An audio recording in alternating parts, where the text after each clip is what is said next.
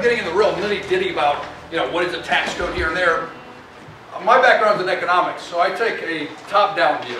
And so I'm going to just give the overall view of how do these taxes, what are they, first of all, and how do they impact society, your income, and the economy as a overall.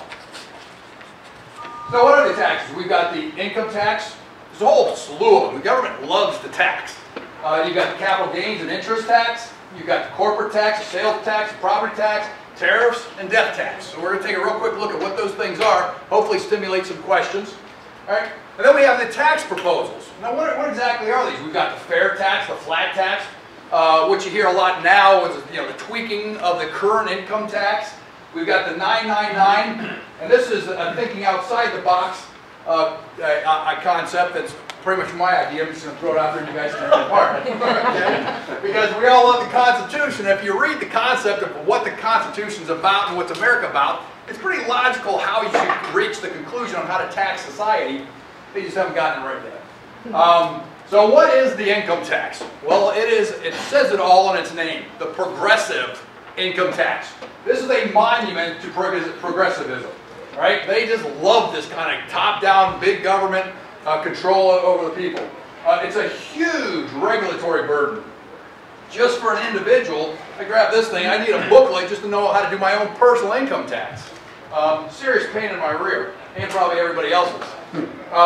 The one thing I really, and I think one of the most important things about the income tax for us conservatives is how it's used. It's used as a fist. Right? It's used to silence conservative churches and conservative groups. Right? Conservative church steps out of line. What's the first thing they do? They start throwing the IRS at them.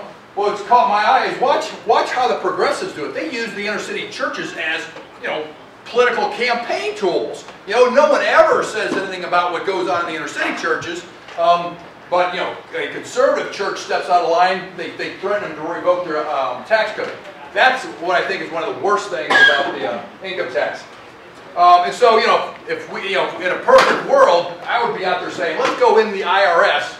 And if you ever seen the Fed presentation, I'm not real big on ending the Fed. So I say, let's leave the Fed alone. Let's go after the IRS first. Well, what is the income tax? They literally had to write an amendment. And I'm sitting there thinking, what were they thinking back in 1913? I mean, the last thing in the world if I was going to amend the Constitution, I want to amend it for the betterment of society, right? Well, somehow America must have lost its mind in 1913 and said, let's just give the government more power to tax us. Well, they did it with the 16th Amendment, and that allowed them to tax income, whereas before they were only allowed to tax it indirectly. And that opened a Pandora's box. The problem I see with what they did is they opened it wide open, right? When they wrote the 16th Amendment, they just said you can tax. And boy, did they take advantage of that. If you're going to write a constitutional amendment for taxes, make it clearly defined what the federal government can and can't do. Just within a few years after this thing, the top tax rate was 90%. They originally started out, it was just going to pay for the war and we're only going to tax the rich. It just went haywire from there. Okay? But it was way too wide open. So when they talk about repealing the 16th Amendment, I'd say, yeah, because this thing gives the federal government to do anything they want. And you see what they've done. The tax code is, a huge booklet. And this is the other thing with the tax code. They use it as a, it's just too disruptive. I mean, they're always tweaking around. And we've gotten to the point now where 47% of Americans don't pay income tax. Right? Now, that may sound great, but if you really think about it, that's awful. Because once you get to the point where people are no longer paying for the benefits they're getting, they have no incentive whatsoever to slow down the spending. It's a free ride.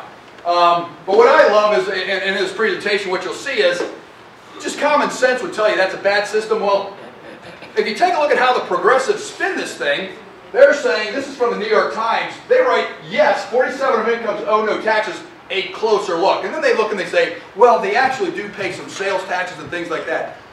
The point is the income tax is the biggie, and 47% of Americans aren't paying. And I think most people say we should all, I heard Obama say the other day we all need to be paying our fair share. Well, how do you pay your fair share if 47% of us aren't pulling the wagon? We're riding in it. This is what their monument, and what I love about it is you always hear the progressives talk about equality. There is nothing equal about the progressive income tax. Matter of fact, it instills inequality. The better you do, the harder you get hit. All right, this is an anti-merit program. The top 1%, if you want a stat to talk about the income tax, the top 1% pays more in taxes than the bottom 95% combined. You hear that stat? The top 1% pays more than the bottom 95% combined. That's the most insane stat I think I've ever heard, right? But somehow Obama's saying, and Warren Buffett, and I even heard Bill Gates say today, the rich aren't paying their fair share. Well, maybe. Well, this is the world that we've got. Right? Paying more than their fair share. Yeah, this is the tax code that we've got. We've got the rich guy and everybody else sitting back watching him work. This is not the type of system that I think is going to last in the long run. You know, it's just simply an unfair system. It promotes inequality. It discriminates against the wealthy. You know, if you use the language of the left, this is the most awful program in the world. All right? And what really shocked me is, once again, when you look at these ideas, I think most common sense people will look at it and say there's got to be a problem. Believe it or not, when they polled the progressives, what's the #1 agenda item that the progressives should be promoting right now? It's raise taxes on the rich. I mean, I can't even imagine how you reach that conclusion in this kind of environment. What exactly do they think they're going to get in an environment where you have, near double-digit unemployment, no growth whatsoever? We're near slipping into a Great Depression, and they want to raise more revenues for the federal government to do what? They're already spending money like mad, and it's not helping anything. So they're going to take money away from the individuals so they can just, fall faster into this rat hole? But that's what blows my mind. We really have two Americas. And we have one seriously misguided group of people that think that you can simply tax and regulate and legislate your way to prosperity. All right? And of course we see this one, and this is the one I love. And I couldn't understand why in the world it took them so long to get to this point. They kept saying Warren Buffett pays a lower tax rate than his secretary. Well, take a look at what his secretary gets paid. $500,000 a year. Okay? I guarantee you one thing: if you're out there and you're creating jobs to the level where you can pay your secretary $500,000, he should be paying no taxes and hiring as many secretaries as he can. Right? That's an American hero to me, and we should be giving him a break. Right? But that's utterly insane. But of course, Warren Buffett, the rich guy, he's the bad guy. He's creating all these jobs. All right? The other thing that's real important about the income tax is that raising the tax rate. Remember, they're always bickering about this rate. Warren Buffett himself may pay a lower rate than his secretary, but he probably pays more in total taxes in a single year than Westerville. All right? All the people in Westerville like that. All right? And so they sit there and they find these odd arguments. I'm saying, well, Bill, Warren Buffett pays millions, if not billions, in taxes, either directly or indirectly. And for some reason, it's a big deal that he's not paying a rate that's higher, But the point with the taxes is that lowering tax rates brings in more revenue. So if you want to get out of debt faster, you lower rates, you don't increase rates. That's one of the most counterintuitive concepts you can think of, but you can go look it up. Every time they cut taxes, Coolidge cut taxes, Kennedy cut taxes, Reagan cut taxes, Bush cut taxes, every time they do that, the revenues to the government go higher. Right? You're saying, why is that? Well, it's the same principle Walmart lives by. Right? When you walk into Walmart, how does Walmart increase its profits? By lowering their prices. It's counterintuitive. It doesn't make sense, but that's how the system works. Right? So anytime they're saying about raise taxes, what they're prioritizing is the redistribution of wealth over economic recovery. That's how they think. It's more important to them to level the playing field than to spur economic growth. Right? Corporate taxes, and this is the most insidious one, because the corporate tax is a double tax. Right? We tax the corporations, and then we tax the owners of the corporations. Right? And so whenever they attack Warren Buffett, they always seem to forget that even though he's paying a lower marginal income tax, they forget to include the corporate taxes that he paid. Right? I mean, so it's these games that they play, which are basically half-truths. So the more we tax our corporations, the less likely it is we'll have jobs. It creates a need for lobbying. So this is the most destructive thing about the corporate taxes. Once you have the government controlling the taxes, you provide an incentive for the corporations to get involved with government. Right? You want to have as many lobbyists as you can so that you get preferential treatment over somebody else. It stimulates all this crony capitalism, this corporate fascism, corporatism they call it. Okay? The other thing is, and what's most destructive, and I hope there's some questions about this, is against our trading partners. Right? Some of our trading partners use what's called a VAT. Well, a VAT gets rebated for anything that's exported. Right? So it's a competitive advantage to them. Our corporation, our corporate tax is embedded in the price of our product, and it doesn't get rebated. So we have a corporate tax that is designed in a manner that is a huge disadvantage. Even Europe was able to figure out a better system than America has. You know, we literally make our products uncompetitive through our corporate income tax. Not fair. And Europe takes full advantage of that. They have a VAT tax. They simply rebate it anytime you export it. It's an immediate tax, or 10, 15, 20% discount on the products that they're exporting. Double taxation I covered in corporate cronyism. It provides an incentive to corrupt the system. And once again, you can see we're number 2, right behind Japan. Right? George Allen says U.S. corporate tax, second in the highest in the world. The tax on job-creating businesses is 35%. Okay? Once again, what I love though is that when I took a look at what did the progressives say about this, they make the argument that we're not the highest corporate tax in the world. And they do this most bizarre argument. And what I love about these progressives is they start with a conclusion and they work backwards to try to justify it, right? Right? They went on, they figured out if you put it on a percentage of GDP, we're not actually taxed that much. I'm sitting there thinking, who in their mind is sitting there thinking, when they're figuring out their pro formas, well, what's the percentage of tax corporations pay in America? I've never seen that on any exam, any tax form, anywhere. But the progressives, to justify their position, come up with these bizarre metrics to say, oh, that's actually true. Trust me, what matters is the bottom line on when you're competing against foreign nations, and this percentage of GDP doesn't work into any calculation I've ever seen. The other thing is, by taxing corporations, like I said, we encourage corporations to leave. Right? There's all these corporations that have little,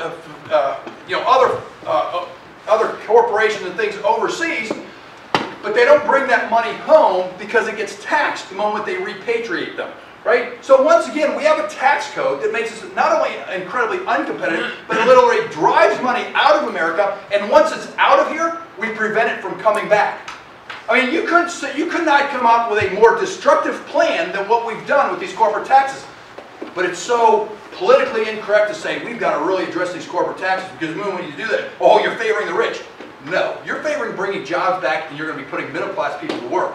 Right? Middle-class people do not do not benefit from a higher corporate taxes when it simply chases their jobs away. That's the argument we have to make and make sure people understand that. And once again, media matters. Take a look at what the progressives, they'll go out there and say, no, that's not actually, and they'll come up with some kind of mental gymnastics that actually, if you give a corporation a tax break, they may not actually bring that money back home. And if they did, they would only pay it out to dividends to rich people like Warren Buffett. Well, who cares? It's back here in America. It's going to be spent. It's going to be, you can do two things with the dollar, right? Spend it or invest it. I don't care what's good, either one of them. Bring it back and then let the rich people decide, even if that's true, which is not. This is the corporate cronyism that's the real biggie, right? GE paid one of the largest corporations in America, paid no corporate taxes in 2010. And you want to know why? Because of their green jobs, right? The government's forcing all its money on them, to produce these products that are commercially not viable, right? Like the cylinders, right? This is what we're forcing corporations to do. We're distorting the market. We're saying, look, you can go out and build a product that's commercially viable, demanded by the market, or we're going to give you this tax incentive to do something that nobody wants, but we think it's going to get us votes. That's what's going on. And that's another destructive thing. This was $500,000. Did you see the video of this thing the other day when they're throwing the glass out? Yes. It breaks your heart. Oh my gosh, we paid this German company a fortune for this high quality glass or technology. These guys are just, these guys, these workers just throwing it out in this dumpster. And the guy, they didn't even bother to put it up for auction. Okay, sales tax. Okay, you got to remember one thing. If you tax it, you get less of it. If you subsidize, you get more of it. Right? So the problem with the sales tax that I see is 2/3 of our economy is consumption. Right? So if you slow down consumption, you slow down our economy. Right? The other problem with the sales tax is it's regressive. Food gets taxed, clothing gets taxed, all sorts of things get taxed. And so they can easily make the argument it's regressive. Now, I personally like the sales tax, but we'll get to that in a little bit. Big points about the capital gains and income tax. All right. Alan Greenspan said that if you want them, the ideal corporate tax or the ideal capital gains tax, if you want to create jobs, is 0. And that just simply makes sense. You want to provide as much incentive as you can to get people investing and building in America to bring those jobs back home. Right? And so the problem with the capital gains tax is it lowers your rate of return. In America, you want to maximize the rate of return. We want to be the most profitable country in the world, and the easiest way to make and boost your profits is to lower the taxes. You immediately get more bang for your buck. You immediately become more attractive to bring those dollars in. It's a disincentive to invest in America and create wealth. We're sitting here complaining about exporting jobs to China. Well, there's a reason for that. You get a better return over in China. They have a lot of advantages. Largely, they can avoid a lot of our taxes. The other problem with the capital gains and the interest taxes, if you have different levels, it favors debt over equity. Meaning that if your dividends are taxed at a higher rate than your interest is, corporations will take on more debt because it's an incentive for them with the debt, and vice versa. So if you have a disparity between taxing dividends versus paying interest, they'll favor the one that's more financially viable. The problem with that is I don't want the government determining whether my corporation should go into debt or have more equity. That should be a market-driven decision, and we shouldn't be tampering with that decision through our tax code. Once again, it's a tax on savings. Out of all the things in the world I would think you wouldn't want to tax, it'd be savings. I mean, I think we want to boost savings. I mean, the reason we're so far in debt is because we have negative savings, right? So if anything, we should be encouraging savings. A tax on capital gains and interest is a disincentive to save, right? And it distorts the investment decisions. Tariffs, and this is what we used to use as a large source of our revenues. The problem with the tariff is that you get retaliation. You can't just go out there and say, I'm going to have a tariff on Chinese goods, because what's China going to say? Well, we're going to have a tariff on your goods. There's an article right now about what's going on with China and these tires. If you want to read another heartbreaking story, just do a Google search, Wall Street Journal tire tariff with China. We're in a little battle with them. The other thing that I thought was real interesting, a few years ago under the Bush administration, remember when we had that, Bush passed that steel tariff to kind of get votes in West Virginia and stuff like that? Okay, what I found fascinating about that, first of all, he ended up having to back down anyways. The WTO slapped him down. You can't just have a tariff. The entire world comes down on you. But what I found interesting was, how did Europe respond to that tariff? Right? Europe understood we were doing it for political reasons, to try to get votes in Pennsylvania and Ohio, right? And so what did Europe say? Well, what does Bush need? He needs Florida. We're going to have a tariff on Florida citrus, right? He needs Illinois. We're going to have a tariff on whatever they do. But it was interesting to see they specifically crime. Yeah, crime. Yeah. It distorts markets and politics. Once again, you go for this favoritism. The unions seem to love tariffs for some reason, but typically it doesn't really help them. Most of the time, like when you read about what we're doing with the Chinese tires, the tire manufacturing didn't come back here. It just went to some other Pacific country. And tariffs are incredibly inefficient. The first depression that we had was created by tariffs. Thomas Jefferson passed the Embargo Act, and he basically shut down our economy because most of our economy was based upon trade with Europe anyways. Death tax. Okay? Basically, when you pass away, it's a tax on your inheritance. The big talking points about the death tax is that it kills family farms, right? You have these family farms being passed on generation after generation after generation, and the kids inherit it, and it's over a certain amount, and they have to pay taxes on it. Well, they don't have the cash to pay for that, so what do they have to do? They have to liquidate their family farm to keep this thing up. The other thing that I thought was kind of interesting, if you want a controversial topic, is I was talking to this accountant, and he pointed out that why there's such a big push for gay marriage. If you ever watch gay marriage, like they passed it over in New York City. Very few people showed up for this to be married in New York City. I mean, it was 1,600 people. And if this is such a huge civil rights issue, I would have thought people would have been beating on the bush.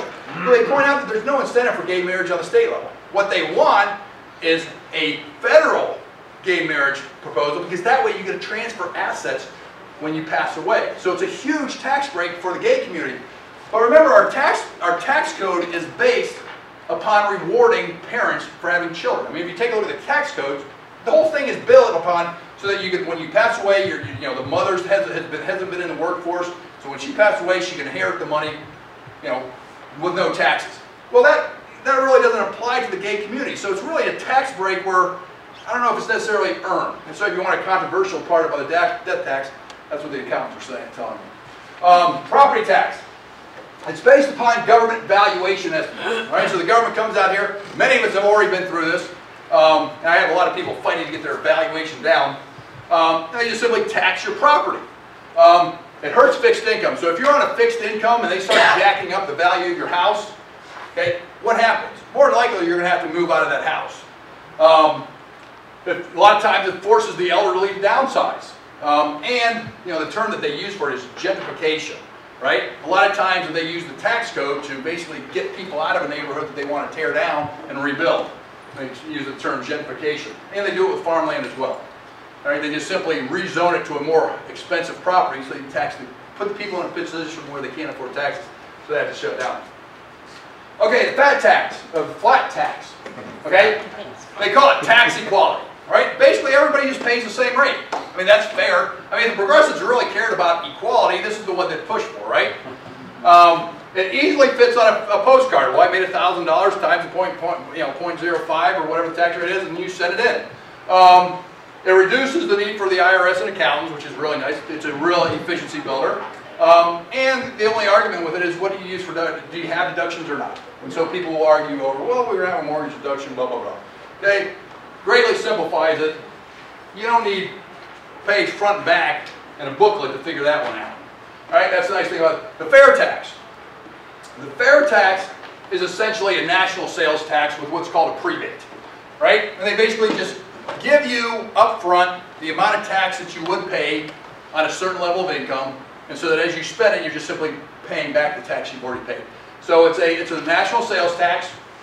What's nice about it is it puts all the control in you, right? You get to decide how much you pay in taxes. If you're frugal like me, you buy generic, everything like that, you can really, really reduce your tax rate. So that's what I really like about the fair tax. Now, the 999, what started all this out was people wanted to understand a little bit more about the 999. Well, I would argue the 999 plan has the best of all worlds, right? Because what's the ultimate thing you want to do with a tax code to make it highly effective? You want to lower the rate to make it as less disruptive as you can and broaden the base, right? You want to take a small slice out of a big pie, right? Because right now all you do is you hit income. Well, typically you like people to work harder. If you tax income, you get less of it, right? Well, we want to have them working more. So the 999 plan lowers the rate, broadens the base. And how does it do it, right? It has part of the fair tax in it. Part of the 9 is a national sales tax, right? And so you're going to tax consumption, but at a lower rate than you would with the normal fair tax. So it decreases the impact on consumption. You have a flat income tax, right? And once again, a lower income tax leads you to work harder and more. Okay? And then you have a 9% corporate tax, all right? And once again, it's a lower rate than what you have. It makes you automatically more competitive. I would probably try to tweak that, make it away from a corporate tax to more of a VAT tax, so that we're even more competitive on a global basis. All right? The way to do that, and what would have been really nice if they would have figured this out back in 1913, and if you were going to do the 999 plan right, you would repeal the 16th Amendment. All right, and I would argue anytime you're going to have a major revamping of the tax code, you've got to repeal the 16th Amendment and get it out of there because of its broad nature. Kill it, right? And then make it very clear what you're going to do in that Constitution. 999. That way, you have a solid set going forward that doesn't change, and businesses love that kind of a situation where they know what's going to be there, they can easily plan, and everyone adjusts for it. Right now, nobody's hiring because they don't know what the taxes are going to be. This would eliminate that. Okay? So once you put it in the Constitution, you're set, businesses can plan, and that alone would make us very competitive. All right, makes the tax rate permanent in the amendment, which is a great deal. Greatly reduces the power of lobbyists, because once that happens, what are you going to do? Lobby for try to have another constitutional amendment? Not going to happen. Businesses will go about their way. It's a clear set of rules, and you can adjust for it. It would require a constitutional amendment to alter it. All right, now this was my idea. All right, you guys are going to beat up on it if you like. All right? All right. What's this country based upon? It's a federation, right? We're supposed to be 50 little test tubes out there figuring out the best way to do something, right? Right? And we all came together as a federation, and we formed a federal government to provide enumerated powers, right? That's America. Why in the world didn't they figure this out when they developed the tax code? They should go out there and say, look, we're going to come together as a federation, and we're going to contract to the federal government to provide Article 1, Section 8. In order to provide Article 1, Section 8, we believe that they deserve 25% of our income. So every state out there collects 25% of their GDP and turns it over to the federal government as like a membership to the federal government. How they collect it is up to them. So you'd have 50 different states figuring out the best way to maximize their taxes at the most efficient way. Okay? And it's basically, I call it constitutional tax because it stays within the spirit of the Constitution. And enumerated taxes, then it basically is, look, we're going to contract the federal government, you provide these services, we're going to pay 25% of our income, and that's it. That's simple. That's the presentation. I hope you enjoyed it. Hopefully we provided enough information to stimulate some questions. Now I'll turn over to Chuck Douglas. I got that on Facebook page. I needed a picture of you. Chuck has a radio show on WTVN. It's a phenomenal show to listen to, especially Saturday morning open phones. And Chuck's going to be leading the questions to begin with, and then he's going to turn it over to the audience to ask some further questions. While Bob was talking, how many people found themselves biting their tongues and thinking, I'll wait. Because I did that about a dozen times as things were coming up. Various tax, you should know up front, I truly hate taxes. I'm a big, burly, bald man who has come to tears over a 1040. It's too complicated, far too complicated. So when Bob asked me to be here tonight, my first thought was simplicity. That's what's on my mind. The trouble with everything that I have seen so far is that there is something that someone can loudly object to. The 999 is brought up there toward the end. Guaranteeing those rates to stay in place. Not in a world economy. Not possible. It will cost more to do things in the future. So that guarantee worries me because essentially I feel like it's fictitious. Can't be. It's just not something we can go. The fair tax idea, and I've had the fair tax people on the air a couple of times. I love the idea of the national consumption tax because I think every pimp, prostitute, crack dealer, illegal immigrant, and everybody else who goes to the store ought to be contributing to this system. They don't. They don't currently. The prebate idea. God bless each and every one of you, but Americans are stupid.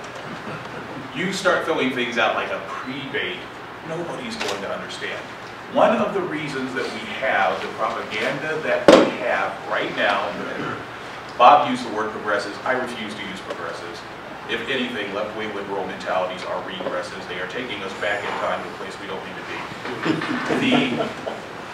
That mentality continues because far too many people swallow whatever is being thrown at them. Warren Buffett pays lower taxes than his secretary pays.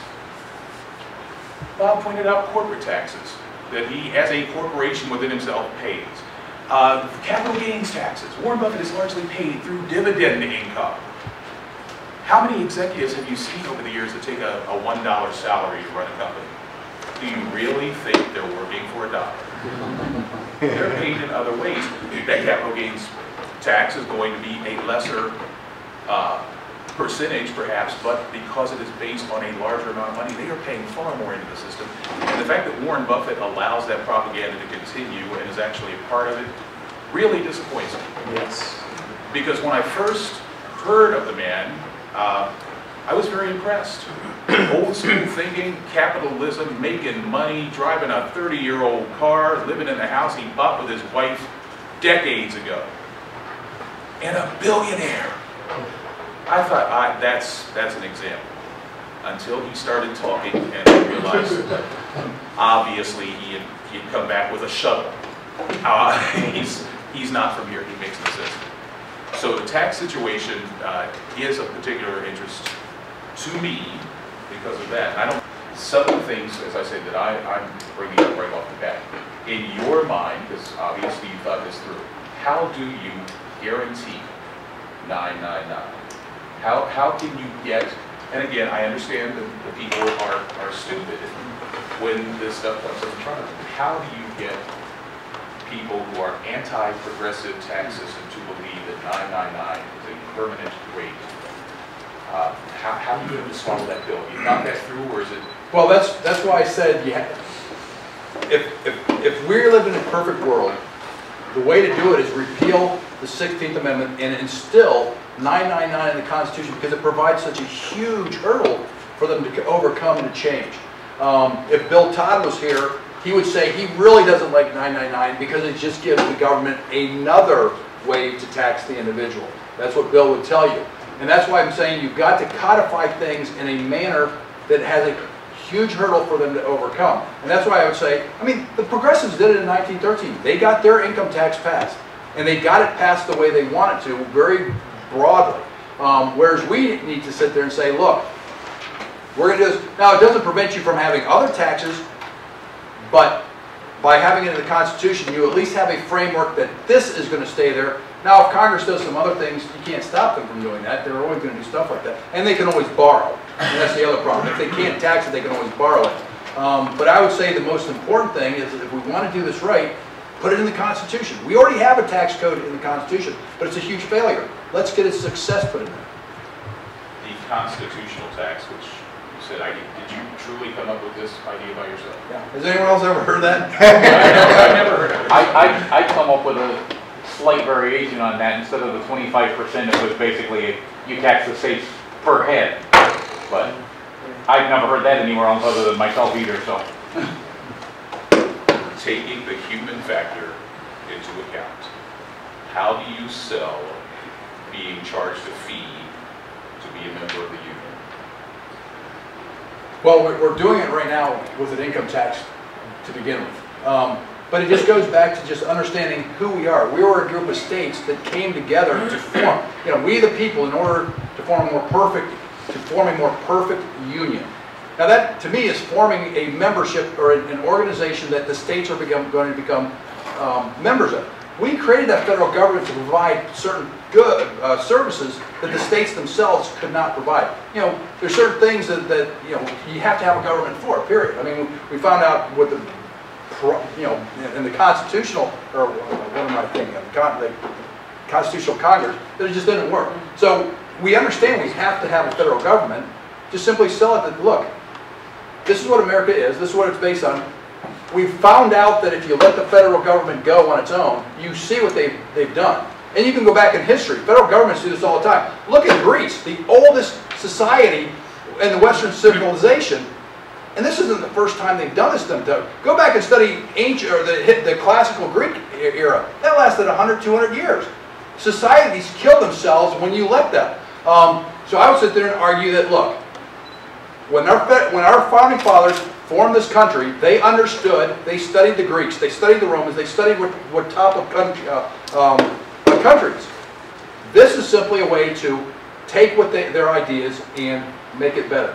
Because the whole key is you've got to find a way to collar the federal government from leading it down the path that the Greeks went on, the Romans went on, and this is a great way to do it. This way the federal government clearly answers to the states, whereas right now they've kind of flipped it, whereas the federal government seems to think the states answer to them. They flipped America on its head. I'm sorry, I'll just play devil's advocate for a moment, and let me go on record saying that I was really intrigued when you sent that. I think it sounds actually pretty darn good, because it returns us to a republic format. We're a republic of states. Again, just to play devil's advocate, because if we don't disagree, then it's no fun. But when you look at apportioning taxes and saying this is your percent, this is your percent, or it's 25% for each state, you know, call it a membership, or spin it however you want. We all know what's happening to the states in order to circumvent the Constitution today. The Interstate Commerce Clause is used to say that the federal government has purview over pretty much anything that is commerce, including our health care, etc.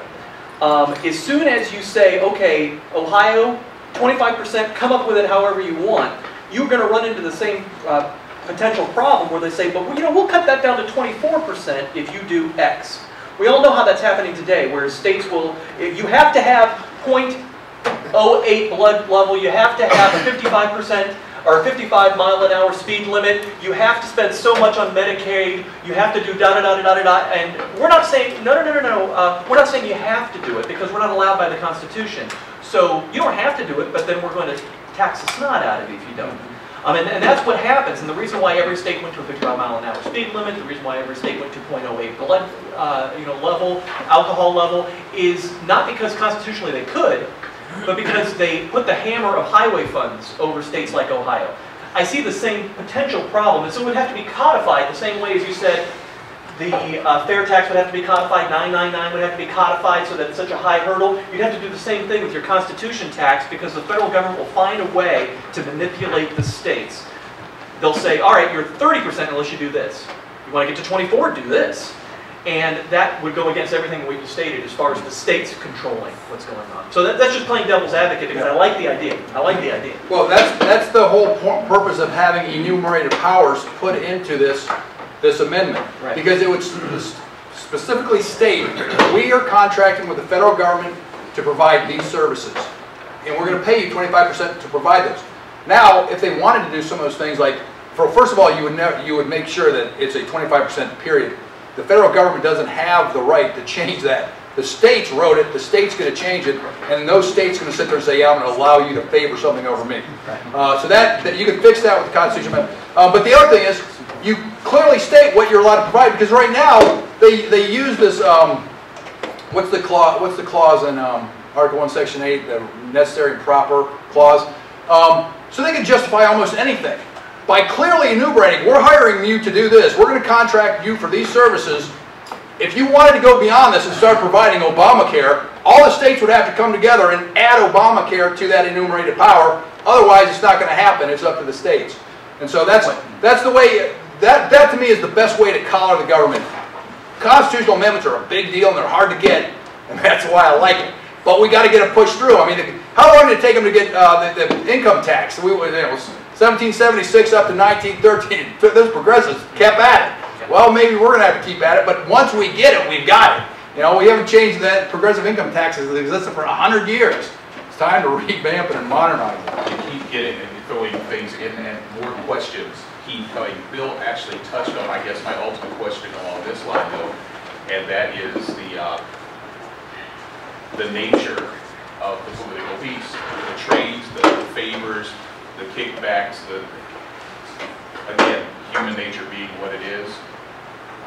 All of these plans, as much merit as they have on the surface, all of them, I get worried.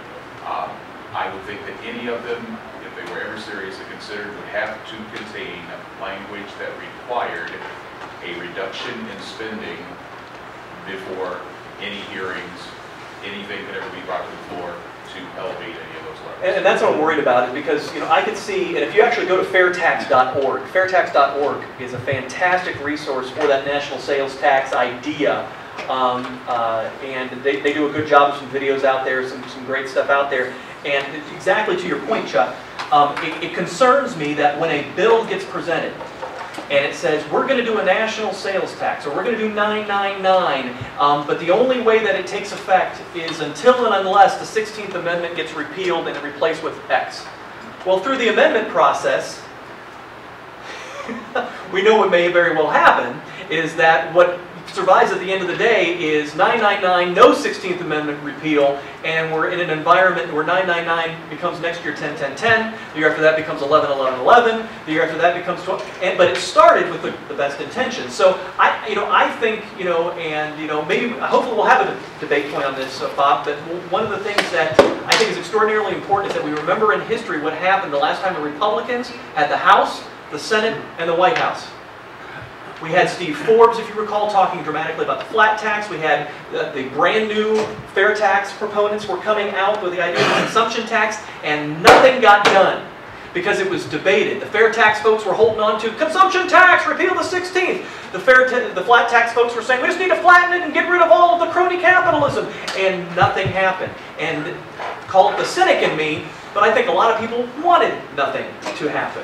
And because they were fighting over these two camps, we gave our politicians a pass. We picked whichever side we were on. Maybe it was our representative, and it's like, oh, they put up the good fight for the fair tax, or my representative put up the good fight for the flat tax, and then nothing happened. I think there's a distinct possibility, if not in this next congressional cycle, the one after that, that we're going to have a Republican president, House, and Senate. We cannot let our elected officials off the hook.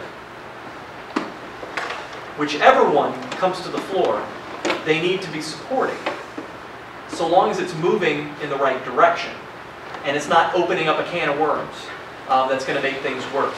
I can support 999 philosophically. I think practically I'm leaning towards the flat tax, simply because it's something that probably has a greater likelihood of happening, and we can get ourselves into an environment where we can repatriate our monies from overseas, like you said, a big, huge disadvantage on the international marketplace. We can get rid of the crony capitalism. You'll no longer have the GEs in a country with the second highest corporate income tax in the world paying no income tax. That's a direct result of the lobbying that you spoke to. It's a direct result of all of the stuff baked in to the tax code that you need a cadre of accountants to be able to work through, but it's worth it because why? They wind up paying no income tax. Take care of that first. One of the things I was discussing with some of the folks earlier is that I wouldn't necessarily be opposed to a piece of legislation that says flat tax moving towards a 999 or a fair tax. In other words, get people to go on the record for an immediate flat tax in conjunction with the beginning of the constitutional amendment process to repeal the 16th. Now you got the best of both worlds. So maybe I'm just looking at things a little bit too practically, and hopefully I'm not losing some idealism here as a congressional candidate. But I think the first thing first is get rid of the crony capitalism and the disincentives in the tax code to repatriate money and to spend money the way we want to versus the way people want to behaviorally modify us.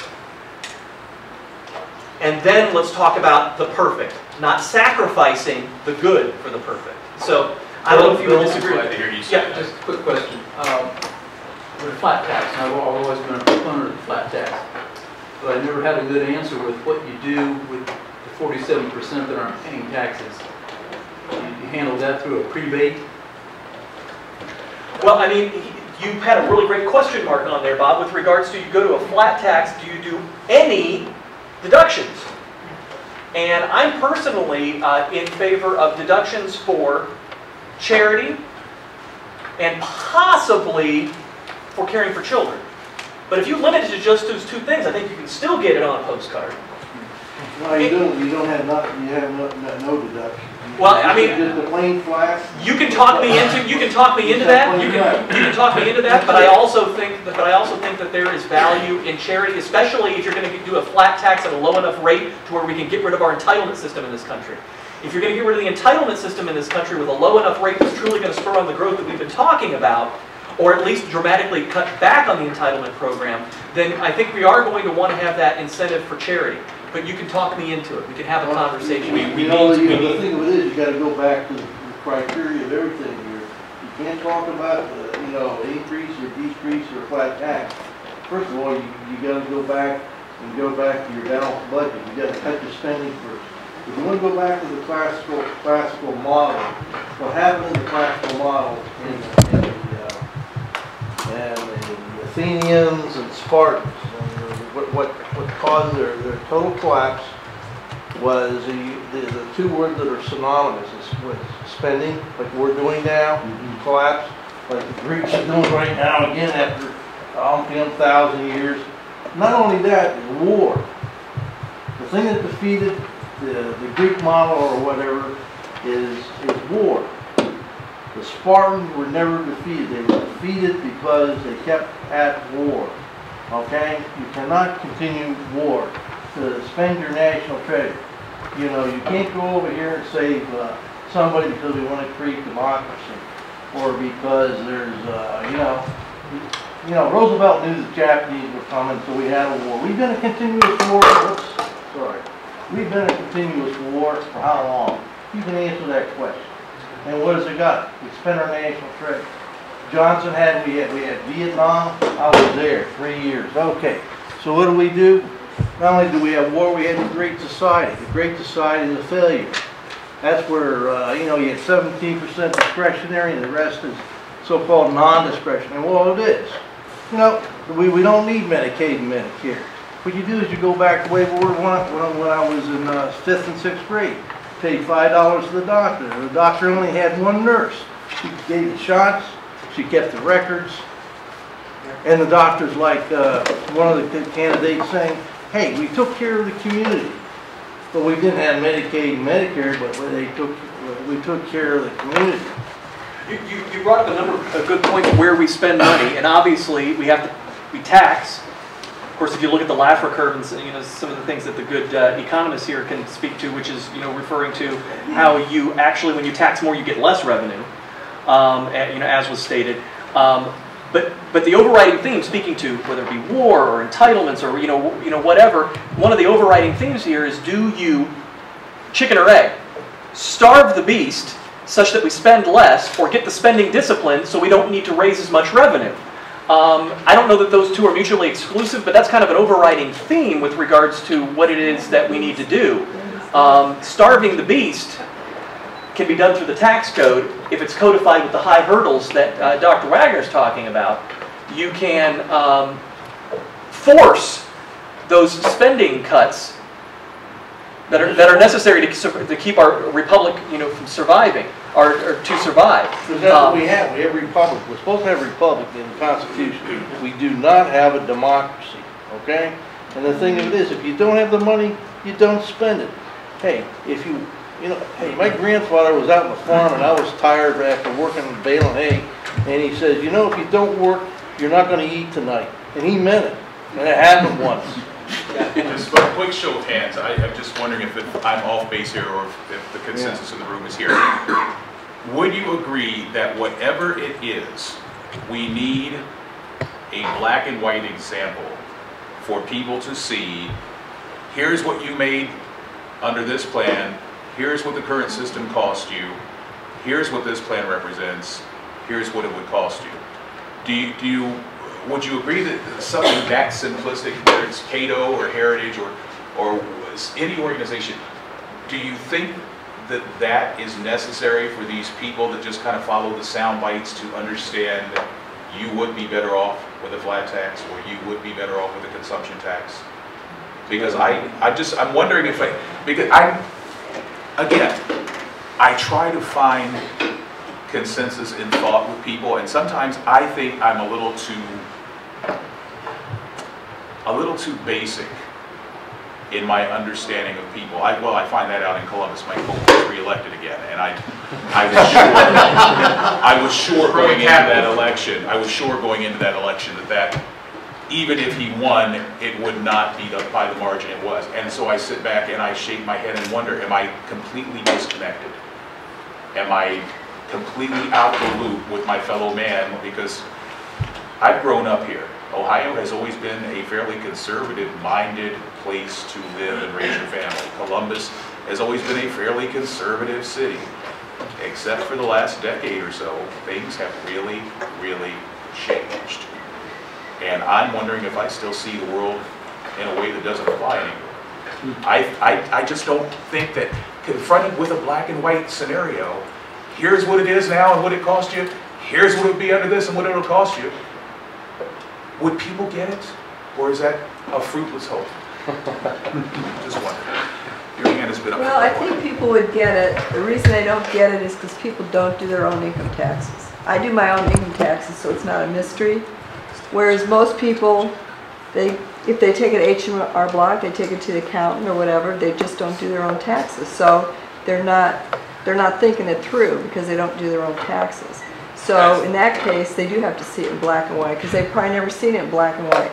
Because somebody tells them that there's the expert, this is what you what you owe, what this, I mean, a businessman probably knows because they go over their own financials and things. But a lot of people, the regular people, don't know because they don't do their own taxes. The fact that you do your own tells us just how sick you really are. Once you get the system started, There's a self-torture element there, though. The other thing I wanted to say is I don't like the flat tax because that's regressive for somebody that doesn't have a lot of money, because you're taking a percentage where if you don't have a lot of money, you're using a lot of your money for the basics. If you have a lot of money, basics don't cost you that much. So I think that's why I liked the fair tax better. And it would capture all the underground economy. And then I haven't heard of the Constitution tax, and the only question I have with that is, did you calculate what 25% of all 50 states' GDP, how much money that would be for the federal government? Maybe it comes into a shitload of money. Maybe they'd like it. That 25 was purely example. For an example, for an example, the way you would work into it is you'd say, okay, we expect these services to be provided by the federal government. We would expect it to cost this much, and then work back into that. So that was a purely demonstration. You made a comment about the flat tax. The way to address that, because right now what we do is we address everything like that with the tax code. We'll go tweak the tax code. Well, that's a nightmare because it involves. Personally, I would address that with a government program or expansion of welfare or something, Medicare or workfare or whatever. You can address that issue outside the tax code that's more visible to what you're actually doing. And that's how I would address that. See, the rebate in the fair tax covers that. Yeah, similar type of a situation. Yeah, so food, the basics. So everybody uses their money for the basics. And then the taxes start after that. Oh, one more thing is you said about, you doing your own tax and makes it very visible. I had a friend who always said the way to get the 16th Amendment repealed is to remove withholdings and make everybody write a check for their tax at the end of the year so they actually understand what they're paying. Was that you that said that one, RB? No, but I have in the past, absolutely. I can't remember who told me that. And the other thing that ties in along with that is you pay your taxes on April the 15th. Yeah. I'm sorry, on November, the 1st of November. First You pay your taxes the 1st of November. And vote the second. The second week of November. And you have to write a check. Before the election. Nobody would ever be reelected again. This is why we have town halls. That's a genius idea. Well, another thing along the lines with people not realizing how much they're paying because with withholding or whatever. It's like I talk to most people I talk to, if you ask them how much they paid in taxes last year, they'll tell you the size of their refund. They have no idea how much the government kept. Yeah. It's like, and I actually had somebody ask me to help them fill out their tax return. I handed the 1040 back to them with my thumb right next to the total tax due, and flat out asked them, how much tax are you paying? And they couldn't answer the question. Yeah. Well, we have no one to blame but ourselves. I mean, those are tactics used to deceive or, these half-truths all the time. We, the people, are sitting back and allowing that. I think that's the greatest idea ever. Have us pay taxes right before the election. Make sure that April 15th is as far away from it as you can get. David's about. Because I interrupted this lady here. She had her hand up. Oh. And I cut into her. Yeah, I'm trying to catch them as they come up here. David's about to bust. He's been waiting for You want to go ahead, ma'am? Go ahead. No, I know there's, one Yes, fairly yes. large nation that has the flat tax, and that's the USSR. Oh, yeah. Now, we don't really know that much about it, or maybe can't rely on the information. But does anyone know about how that has worked out for you? I do know there's about 6 countries that do use a fair tax or a flat tax, and they are like you said, the Russians. I'm not sure how it works, but those countries aren't falling apart. And I would just simply argue the simpler you make a tax code, the more efficient you're going to be, and the fewer. The bottom line is this thing is a huge headwind for us, no matter how you look at it. And fair tax, flat tax, whatever, it's much simpler. The simpler we make things, the more competitive we make things, the better off we're all going to be. Simplify it, broaden it, and lower it. Okay. Okay, I got a question, and I agree with one of your comments that you made, Chuck, that when the Republicans controlled the House and the Senate and the White House, they did nothing about the tax issue. And I know we're here because we're talking about a tax form tonight, but I think things are getting a little bit askew because it seems to me, and this is where I think, Bill, I want to get your opinion on this because you're running for Congress, is that right now the tax issue is not at the top of everybody's plate other than it's being used in the form of class warfare by Obama and the Democrats to run his election campaign. So I want to hear what Bill, what your priorities are, and what do you consider are the big issues, and why are you running for Congress, and how you differentiate from Pat T-Berry and stuff. Well, the left likes to talk about, just starting with what you started with, Dave. They like to talk about how just after World War II, the top marginal tax rate was at 91%, and now we're at like 35%, and so that's proof that we experienced all this wonderful growth right after World War II and things of that nature, and it's fodder for the left to say we need to raise the tax rate. Well, but again, this goes to what the good doctor talked about with regards to there's a difference between tax rates and taxes. Nobody paid 91%. Nobody paid 91%. So you say, what's one of the overriding issues? We got to separate the whole idea of tax rates from what taxes are actually being paid. Technically, GE is paying a 35% tax rate and putting forth zero taxes as a result. So one of the issues is to bring clarity. I think it's a fabulous argument to state that a complete flat tax is too regressive for a country that wants to care for the most vulnerable among us. I'll buy that. I think there's ways in which you can say that the tax doesn't kick in until a certain income level. You get rid of all the deductions, but maybe you have 3 tiers. That's still a heck of a lot flatter than we are today. But the point is that we have to move in that direction. You brought up why I'm running for office, so I'll do a shameless plug. Associated with my opponent. Pat T-Berry runs the subcommittee on select revenue within the Ways and Means overall committee. He has had the ability for the last year to propose any of the things we're talking about tonight. Nothing has come out of his committee beyond more crony capitalism and tweaking of the tax code for certain parts of the economy and certain industries. We have to hold our elected, politicians accountable when they're in positions of power. I don't care how formidable the headwinds are. They need to be putting things forth such that the Democrats have to be forced to go on the record to vote it down. And, sorry, some of the Republicans who are big government, progressive Republicans, need to be on the record of voting it down. But there is a lot of pressure from Republican leadership to not force the issue, especially in an election year when we don't want people on the record for something controversial like a flat tax or a fair tax or anything moving incrementally in the right direction, because that takes the eye off the ball that this is Obama's economy. That's not leadership. I agree that we need to get Obama out of there, and I don't want to do anything that takes the eye off the ball over the horrible mess that he has made worse. But at the same time, we lead the House right now. I think we can have both. I don't think they're mutually exclusive. We need to have leadership put forward. And when you lead the subcommittee on select revenue, whose job it is to help dictate tax policy in this country, you need to be putting bold ideas forth. Things need to come out of your committee that forces this issue to the forefront, and it's not happening.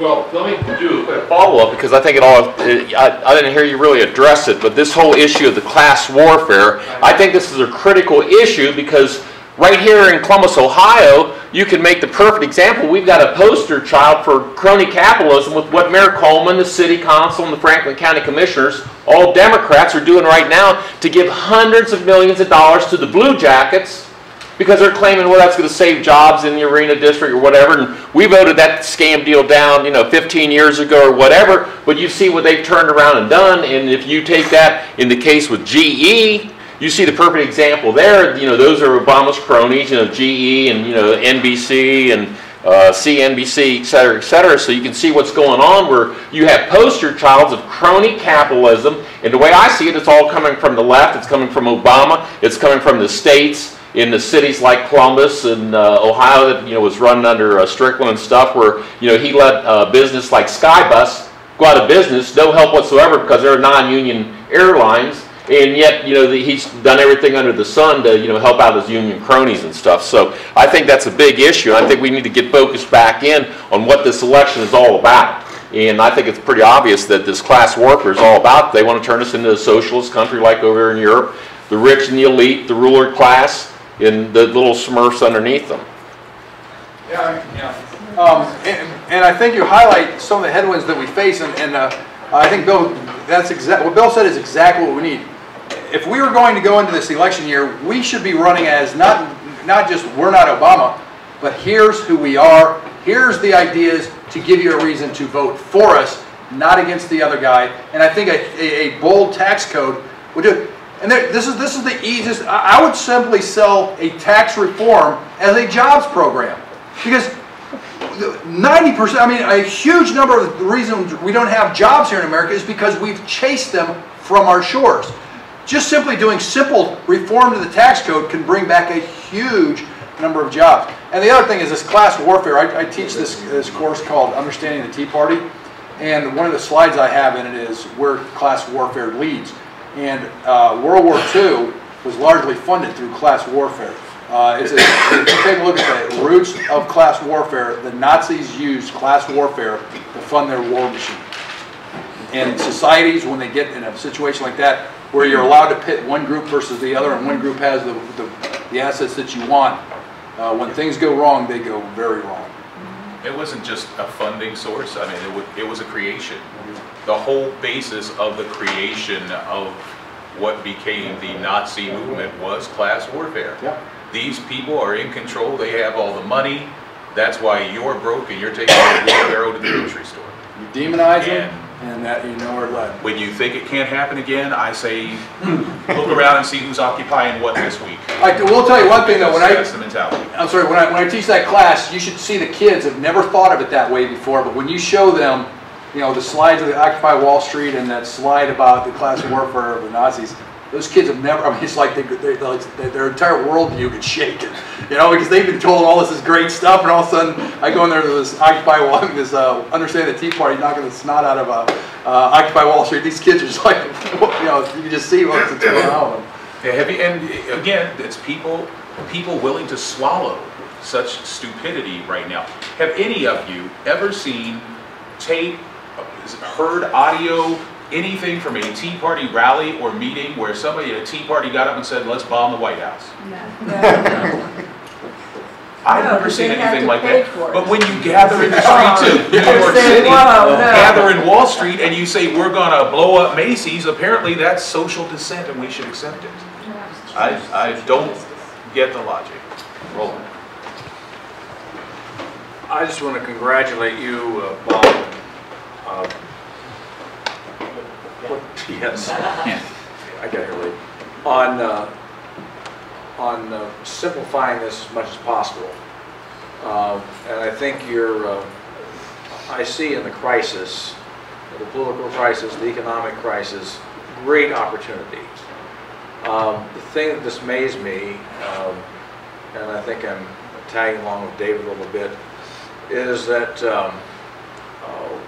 we have such massive ignorance. Let's say society is 10 levels deep, with the first level at the top, the ones who understand.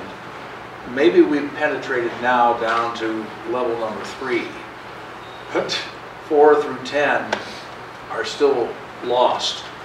Chuck and I today were engaging a little bit on Facebook, attempting to explain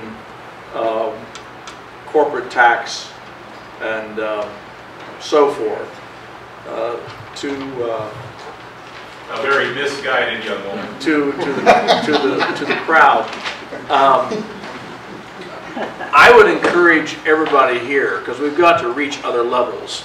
This is a wonderful opportunity because they are starting to sense something's wrong. They know something's wrong. They don't know what it is. They wouldn't be totally lost tonight where we are, even though you've done a great job.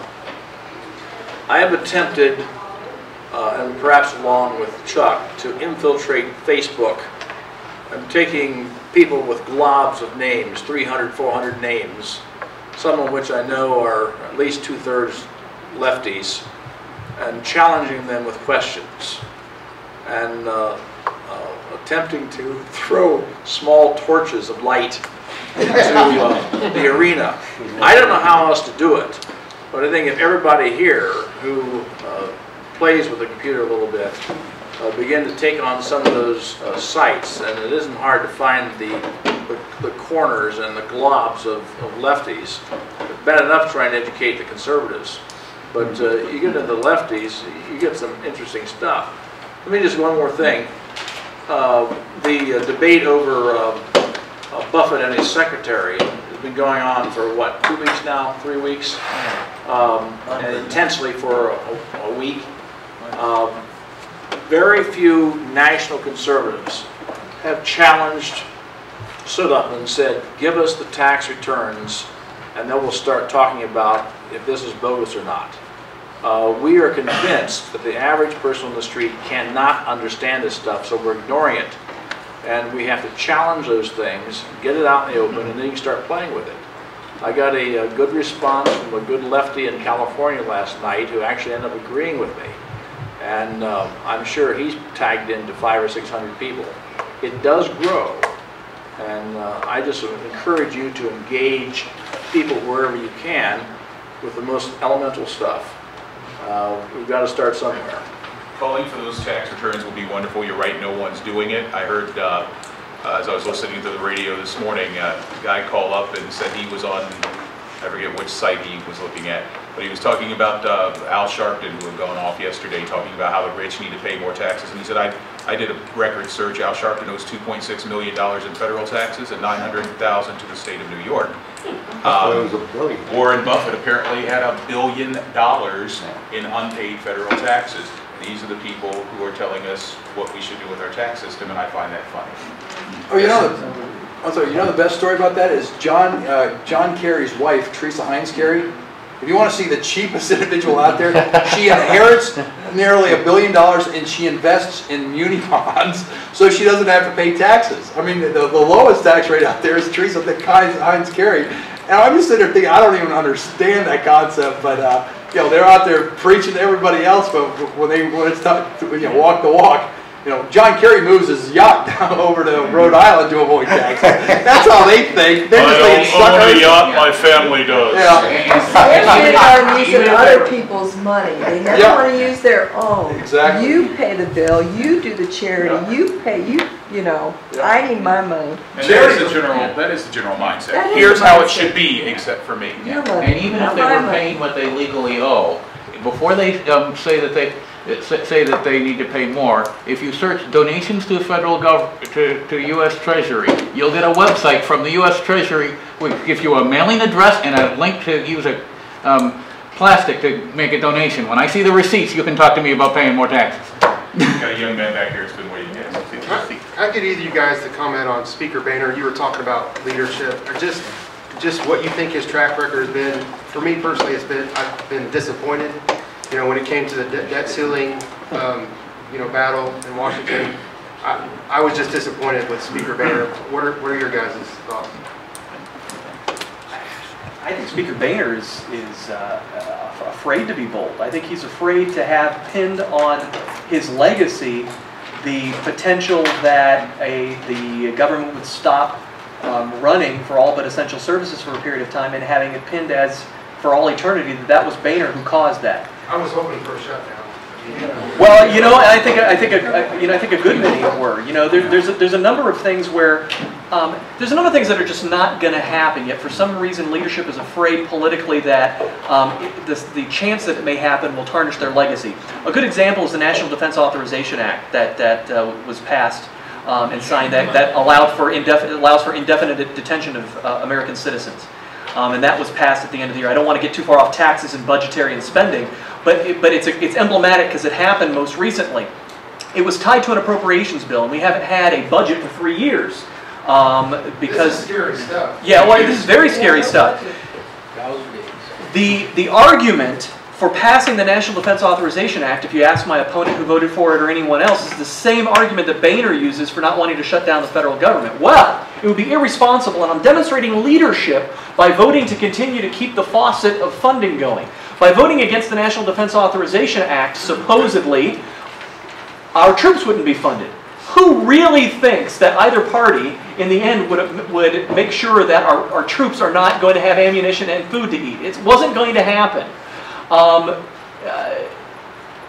Voting against the National Defense Authorization Act because it allowed for the indefinite detention of U.S. citizens would have forced to simply have that provision removed. In the end of the day, nobody was going to allow for our troops to go unfunded. It wasn't going to happen. It's the same thing with Speaker Boehner and the budget debate. My opponent voted for all 3 Boehner bills, culminating in the one that created the unconstitutional super committee. And the reason why, when you ask him, is it's leadership, leadership, leadership. We had to do something. We have to keep the country running. It would be irresponsible not to. And the answer to the question is that in the end of the day, the country will keep running. But what you're doing is you're forcing the debate on the issues that matter by taking a principled stand when it matters. And I guess I stand with you with regards to the disappointment in Speaker Boehner in that regard. I don't know, Bob? I'm going to probably take the other side on this one. I'm all for it in spirit, but I'm not one of those, if you've ever seen one of my Federal Reserve I'm not one of those guys who like to get the pitchforks and torches out. And I don't like to shoot myself in the foot. The problem I see with the way that we're going about it there is we're forcing a shutdown. Now, Newt Gingrich did that, and it was a catastrophe for the movement of what was going on there. You got to remember, when we walk outside this room, most people don't think like us. That's the problem. I mean, there's nobody in this room that wouldn't love to shut down the government, okay? But that's the problem, is that's how we think. The people on fixed incomes, they're relying on Social Security in the inner cities, you just scared. I mean, the problem is we have to court we have to develop things that work in a political environment, not an ideological thing. And you got to remember that this budget that they're passing is to pay for bills that have already incurred. So imagine you're a contractor that's worked and provided services for the government. And they come up there, because remember, we're conservatives, we're all about private property rights and contract law. We want contracts to be honored. Well, those contracts have already been written. So if I go in and I build a road for the federal government, and all of a sudden there's a shutdown, and the government doesn't pay me, I'm going, how is that even fair? To me, the way to approach that is we have to have comprehensive entitlement reform, tax reform, and regulatory reform. That's how you solve these problems, not these distractions of these, fighting over these little budget battles. Because the other thing about this is there's no way you'll ever win that battle. The financial markets take care of it, and you'll see it every single time. The moment you don't pass that budget, right, Wall Street gets interested. And then what happens? Every day you're going to see the Dow down 200 points until they squeal uncle. And so the way I would argue it is pick the battles that we can win and don't shoot ourselves in the foot. I'm all for it ideologically, but if you ever the bottom line is the financial markets won't answer it for you. They don't like that tactic. We would be in a far stronger position if we came out and said, here's our comprehensive entitlement reform program, here's our comprehensive tax reform, here's our comprehensive regulatory reform. These are the type of things that are going to get us growing again, more revenues, we'll grow our way out of these problems, and we'll solve these problems. But if we shut down the government, we're going to do exactly what Newt Gingrich did, and we give the progressives the biggest advantage in the world. They'll win. I don't think it's an either-or situation. For example, there were 3 Boehner bills that came up. I would have voted for the cut cap balance, which was the first one. And I would have voted for what was supposedly being talked about instead of what eventually passed. I don't think it's an either-or situation. I don't think you have to threaten a game of chicken every single time there's a debt limit increase or things of that nature. With that, I would agree with you. You got to pick and choose your battles. But at the same time, there is the other extreme, which was a complete lack of principle in creating a super committee, abdicating constitutional responsibility to 12 members of Congress instead of what is the role of our elected representatives. Nobody should have stood for the idea that, whoops, you know something, I'm going to abdicate my responsibility as a representative in the United States Congress and give it to someone else. No, I voted for you to handle these tough issues. So saying that I would have preferred a government shutdown over voting for that is not saying that I'm going to prefer a government shutdown every single time there's a budget limit debate. You have to pick and choose your battles, but I think that one was a battle worth fighting, and I don't think there were enough people willing to do it. You know, so I don't know that we necessarily disagree. It's just whether or not maybe that one was the right battle. But you know, there are some ideologues. I'll give you an example. There's ideologues on both sides. My opponent voted for all 3 bills because it was a leadership decision. That's what Boehner wanted to do. Ron Paul voted against all 3 because ideologically, I don't want to raise, you know, the debt even 1 penny. I would have voted for cut cap balance. I would not have voted for the other 2. I think you have to pick and choose your battles. You can't be ideological on one side or the other. You can't be a party hack, and you can't be so rigid ideologically that you're going to be willing to close down the government at the drop of a hat just because the debt goes up a penny. It should have been closed in August. The reason why is because if they had done it in August, all required was a majority. Okay? Now, if they do it now, it's going to require 2/3 to override a veto. Well, exactly. As We part screwed, the conservatives, or whoever you want to call them, the opposition, they or we screwed ourselves. That was part of the bill that was passed in in August. They should have drove it over the cliff. In addition to creating the super committee in August, what is referring to is George, right? Yeah, well, the super committee was you know, nonsense. Yeah. Well, in addition to creating the super committee, what it did was they allowed for 3 separate debt limit increases, and after the first one, which was approved in August, the second 2 were Obama was allowed to do it himself, and it would take a 2/3 majority of Congress to overrule them. So that was another way in which Congress abdicated its responsibility. It made it look as though they were voting in a smaller increase because they only did a small one right away, but also as part of it were 2 other increases that Obama was allowed to do on his own unless there was 2/3 majority in the House and Senate to override it. Every reason I said August, we screwed ourselves. So in other words, I would have voted against the one in August because of everything we just stated as far as how atrocious that was. That was a place to make a stand. Exactly. Well, there's one other thing about this budget cap. If we met that and the way they were going about it the first time, that would have turned over the decision making to President Obama on what he's going to cut and what bills he's not going to pay. It was giving a huge amount of authority to the president. And I can tell you exactly what Obama would have done. He would have done exactly what he said he was going to do. You know, he gets to prioritize things. Normally, a leader would say, okay, Social Security's last on the list. That goes to the top immediately. He wins. I mean, that's a chess game that we lose. Well, let it be, man. I mean, you know, when you're in a battle, man, you know, it's organized chaos. It might be second on the list under Michelle's trip to the Dominican. Yeah, forgot that. Still, there was only one thing in your whole spiel that I'll tell you I think I blatantly would disagree with, and that was the concept of worrying about a legacy. Frankly, what I see anymore, I don't think it's as much legacy as it's getting reelected. Yeah. I just want to get reelected, and I want I mean, we've even seen here at a local level, when it comes to the alleged leadership at party levels, there are too many games being played, too many strings being pulled, and if Mr. Boehner wants the support of the national organization, and he wants to support it, he plays the game. I think it's about getting reelected. I wish the American people had the capacity to impose term limits in their thinking. Yeah. But in lieu of that, I'm not so sure I wouldn't be supportive of other things. No, people are not smart enough to do it. If you do indeed make it to Washington, I'm going to ask you to consider legislating some legislation. Because one of the things, again, that I think, and it's killing the American people, is we appropriate $10 billion for oxygen for all. And on page 785, another $50 billion for lollipops for the kids. Yeah.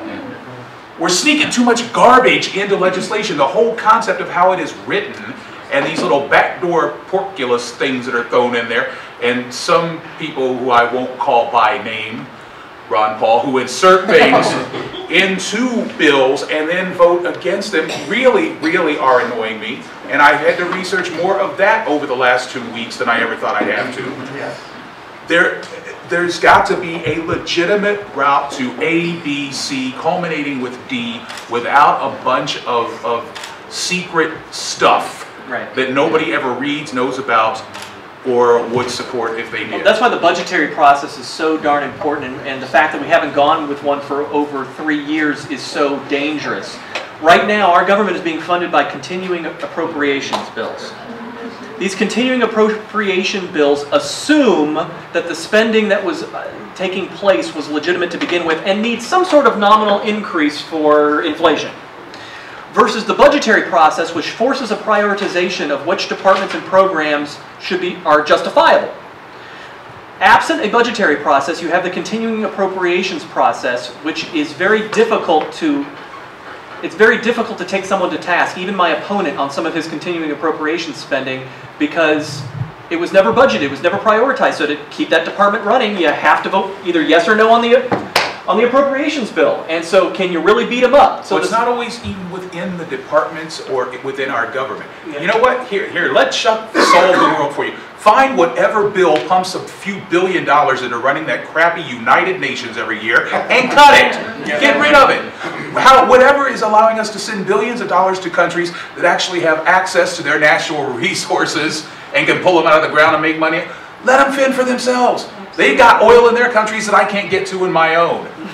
Yeah. So find out where that happens and get rid of it. It's that simple. Dave. Well, I want to do something to help Bill a little bit, make a point about what's going on in Congress and John Boehner, and the reason why he didn't want to pick that fight. Because right now, and this is going to be the last year, 2012, the big media plays as big of a part as what's going on.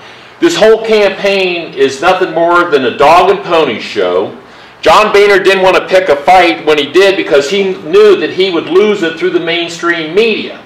So right now they are continuing to call the shots and to run the agenda, and that's why Obama's able to get away with everything that he's able to get away with, because it's nothing more than a theoretic thing, dog and pony show, whatever you want to call it. But that's what's going on. And the way to beat these guys is to take advantage of the few resources we have and the things that are coming to the forefront that, you know, RB talked about, the social networking and talk radio, and that's where, Chuck, you come into the play, because really, if you listen to the guys that get on talk radio on the different shows, national shows, whether it's Limbaugh or Willie Cunningham, you know, Hannity or whatever, you can really find the truth starting to come out. It is out there, and people know what's going on, but there's just not enough, and they're still worried. John Boehner and the Republicans are worried about playing to the American Idol crowd and Dancing with the Star crowd, et cetera, et cetera. And if the Republicans just get a backbone and get somebody with leadership to stand up and take Obama on, like what Newt Gingrich is doing,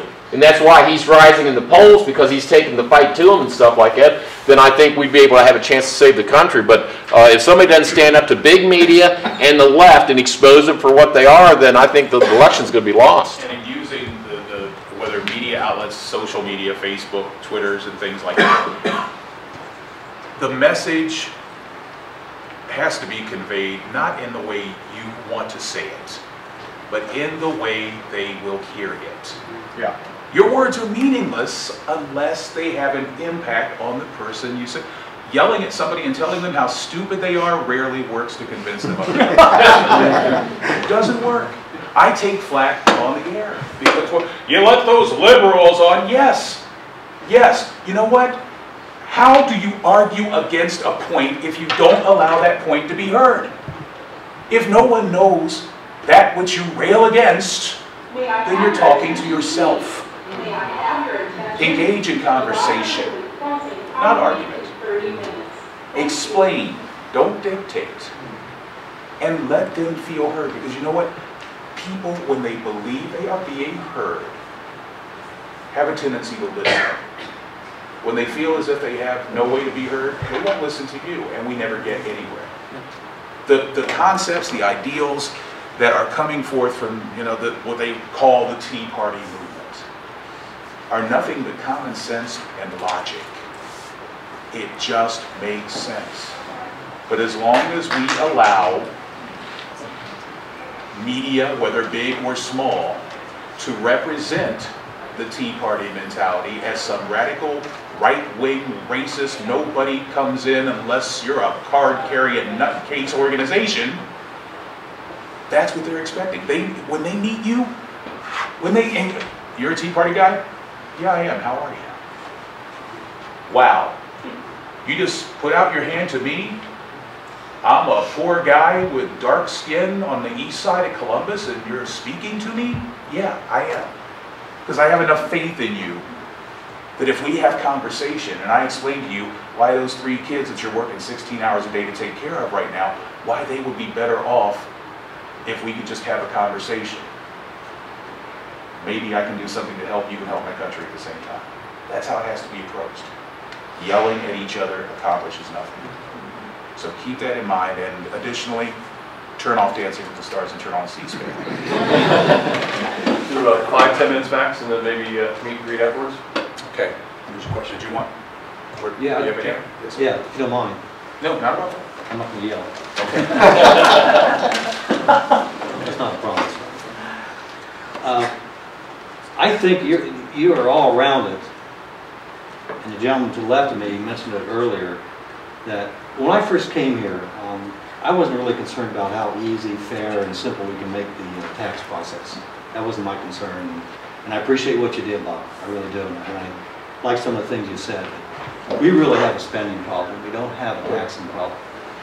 And we can talk about simple ways to do the taxes, but if we don't stop the government spending, then it doesn't make any difference. You can make it easier on me so the government can spend more money on something I don't care for, but still, they're still spending money on stuff I don't care for. Yeah. And that's where we'd like to have the focus. As versus, Well, again, I know you spend a lot of time on this. Well, I'll bring up something that, watch the scowl on this man's face when I bring this up, okay?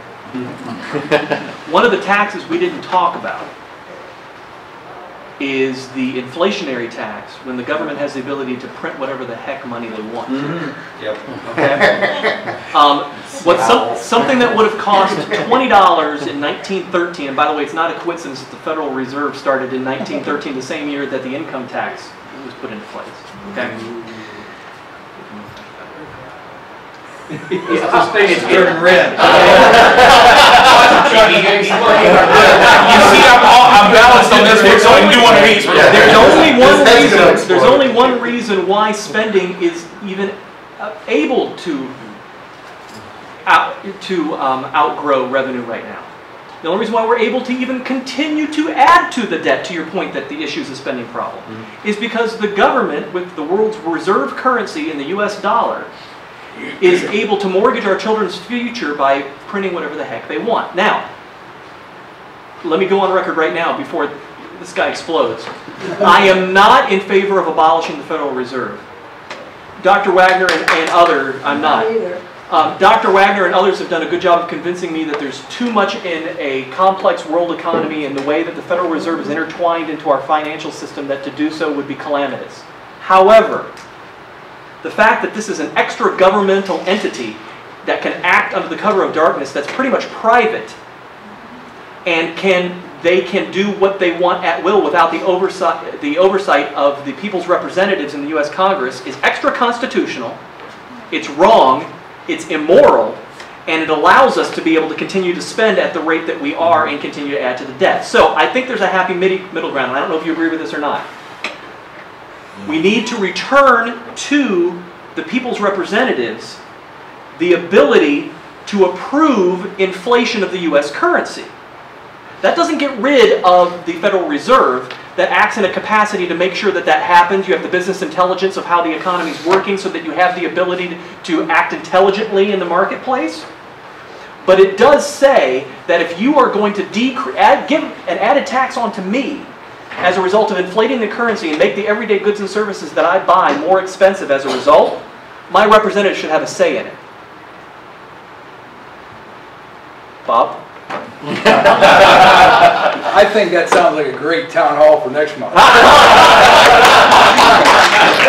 If you haven't seen that presentation, that's a lot of fun. That one gets me in a lot of trouble. But it's just it's a fun presentation that opens people's eyes, and it's just simply called Understanding the Federal Reserve.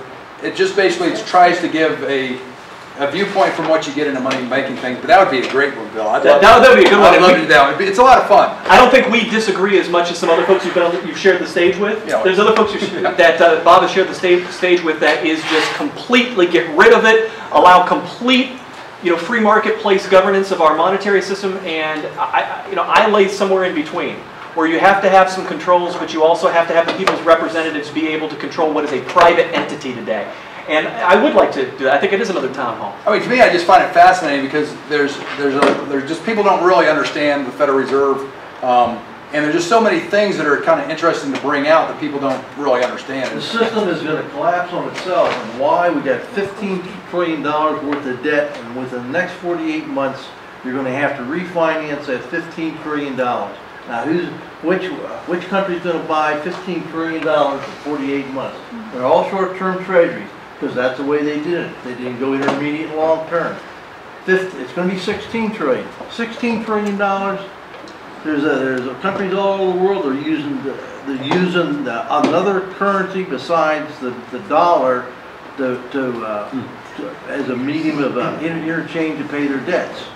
Yeah, the only reason why we're still solvent is for two reasons. Europe is worse than we are, so people are continuing to buy our bonds. If Europe weren't as bad as they were, we'd be in big trouble. And the other reason is we still do have the world's reserve currency.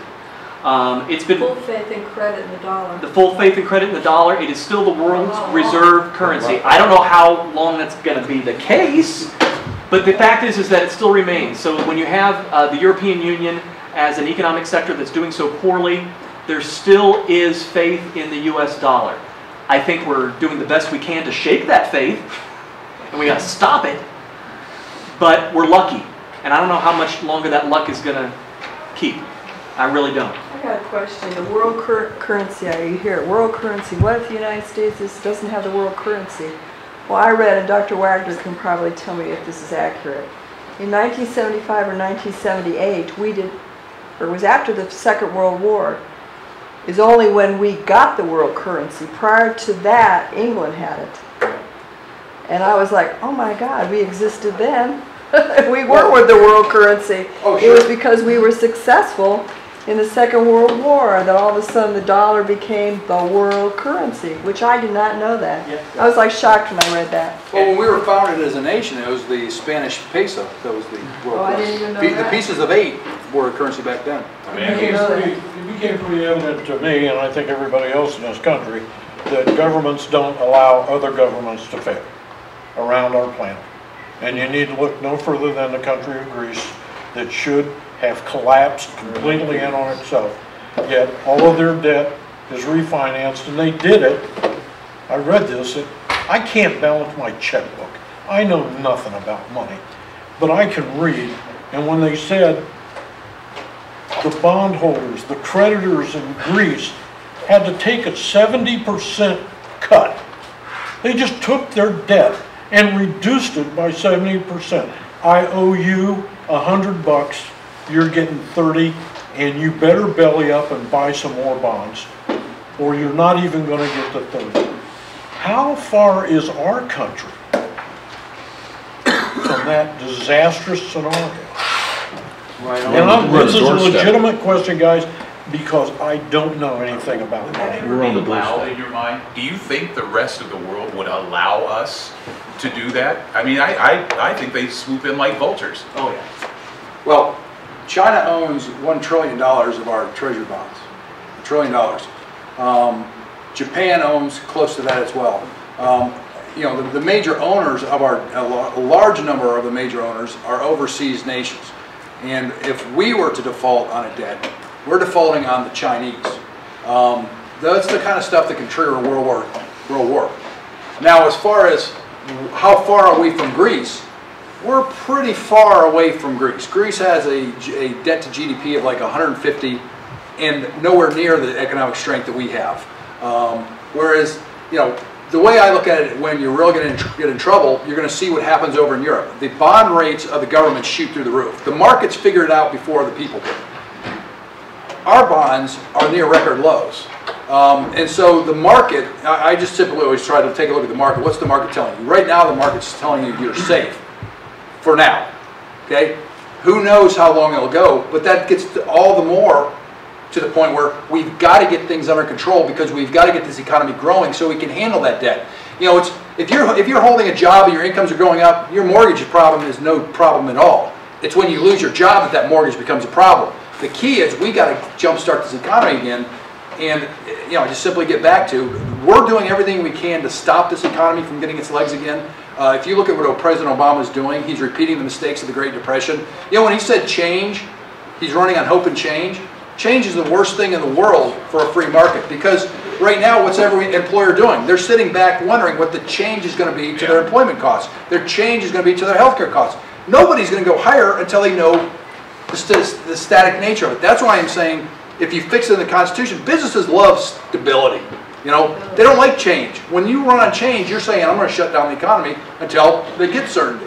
I saw a report a couple of nights ago, and you know, I'm sure that the president will find a way to take credit for it. It's in Detroit, General Motors plant. They are adding, I believe they said 1,100 some odd jobs, building a new small car that runs on fossil fuel, not batteries. And how this happened was they negotiated with the labor union to change entry-level workers. They are no longer coming in and making $22 an hour to start. They are coming in at a lower rate, and because the union agreed to this, guess what? They've got 1,100 new members coming. And General Motors is hiring people in Detroit. There's like 8 people left in Detroit. They're going to have to import employees.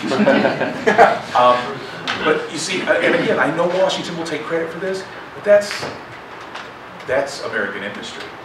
That's how we do things and make things happen. This past Sunday's show, I know Bob was with me. I'm not sure if Dave was or not.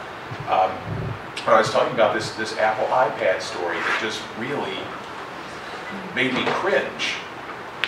Apple's decision to do the iPad in China. I have a great philosophical problem in our trade relationship with China to begin with. The fact of the story, though, was that Apple wanted glass screen. Steve Jobs wanted a glass screen instead of the plastic screen from the prototype. Chinese company said, well, we want this job, we want this business. So they flew a contingent over. There's construction going on. They asked, what are you constructing? They said, that's our new wing to the factory in case we get your contract. I mean, they were that determined to get this business. Apple said, okay, we'll give you a shot at this. This Chinese factory has 8,000 employees in a dormitory. They woke them up, according to the story, gave them a biscuit and a cup of tea and sent them to their workstations, and within 96 hours they were cranking out 10,000 iPads a day. We can't compete with that on that level. Whatever it is that we do in order to generate jobs, which generates money, which generates tax revenue, which keeps the country going, has to be done in a new and innovative way, kind of like what I saw in this GM story. Sitting down, talking, UAW, bless their hearts, they actually put people to work instead of just taking their union wages from them, their union fees from them. And this could actually be a benefit, so I hope we see more of that. Hey Chuck, I want to give everybody, because I think we're closer to the verge of big trouble. So I want to give you 2 websites. One is Gerald Celente, who was on the other night with George Norrie, Trends Research, and he's one of the guys that got scammed by Obama's good buddy John Corzine, MF Global or whatever. So when you want to hear how bad things are and how close it is, see what Gerald Celente has to say. Trends Research. And another guy was on with Willie Cunningham Sunday night, Wayne Allen Root for America. He's a libertarian guy. And he's predicting that we're going to be exactly with rioting, which George Soros, if you listen to Glenn Beck, just came out and says he expects rioting right here in the streets.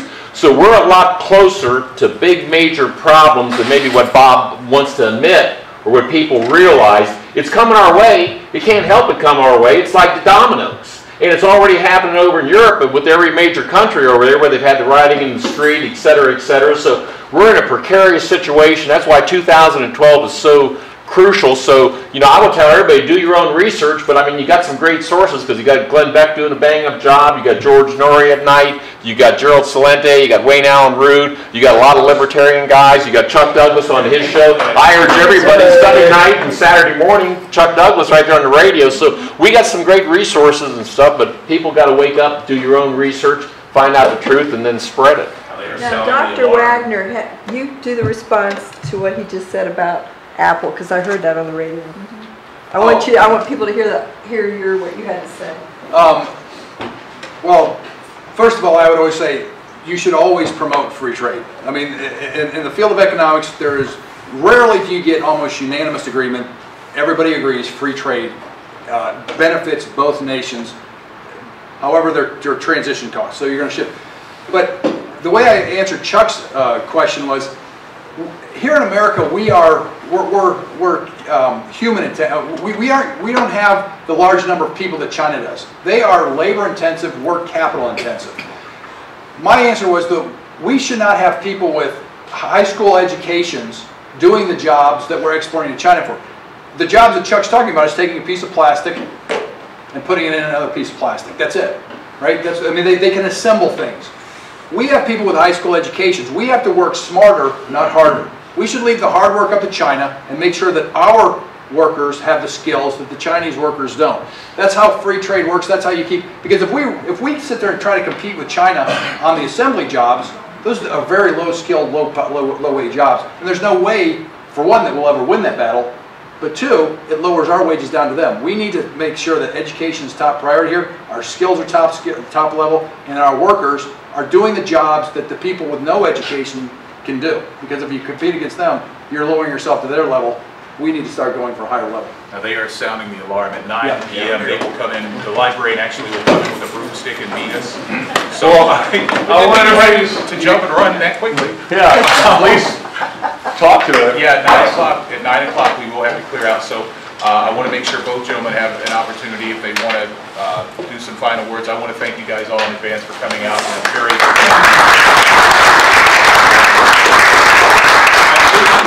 we have a few Republicans in the room, and I want to congratulate the Republicans because at the conclusion of tonight's GOP debate, the party will surpass Gunsmoke as the longest running primetime it's been a long season already. So if you guys want to do us any kind of closing statement, or do you just want to mingle and answer questions? I don't, since we're going to be kicked out right away. I'll stick around for the next 10 minutes or so and just say thank you very much. And I'd just like to say we do a lot of these type of town halls, and I hope Chuck and Bill, I hope you'll join us in the future. Also, I don't know if you've heard about the stuff we do with global warming, but they made a documentary about it, and my mom has some DVDs back there if anyone wants to buy one and take a look at it. I'd really appreciate it if you bought it and gave it to your high school science teacher. And I'd also encourage you to have me back to do the global warming presentation. You'll like it. As we all were kind of frazzled.